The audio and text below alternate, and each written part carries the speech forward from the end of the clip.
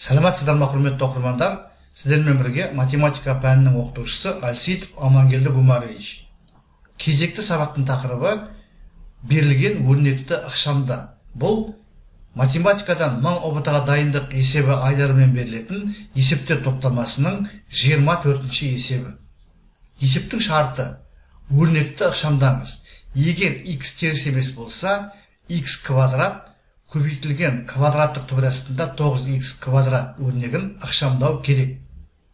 Шешуі: есептің берілгенін жазып аламыз.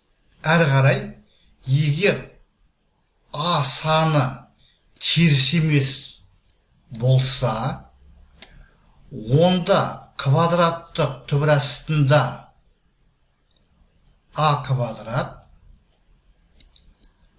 a-ға тең болатындығын пайдаланамыз. Бізде 9x квадрат дегеніміз ол 3 көбейтілген x өрнегінің квадратына тең. Бізде x теріс емес болғандықтан 3x өрнегі де теріс емес болады. Сондықтан мына квадраттық түбір астындағы өрнектен бізде 3x өрнегі шығады. Әрі қарай негіздері бірдей дәрежелерді көбейту ережесін қолданамыз. Негіздері бірдей дәрежелерді көбейткенде негізін жазып қойып, дәреже көрсеткіштерін қосады. Мұны ережені қолданамыз. Сонда бізде қараңыздар, a-ның орнында x тұр, k-ның орнында 2, ал мына жерде n-ның орнында 1 тұр. Себебі x-тің бір дәрежесі x-ке тең. Сонда 2-ге 1 дәрежелік 1-ді қосқанда 3 шығады. Сонымен біз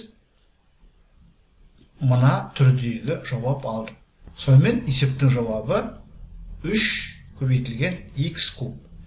Құрметті оқырмандар, біз бүгінгі сабақта математикадан 1000 ұбт-ға дайындық есебі айдарымен берілетін есептер топтамасының 24-ші есебін толығымен талдадық. Бұл жерде квадраттық түбірге қатысты өрнекті ықшамдауға бір есеп берілген.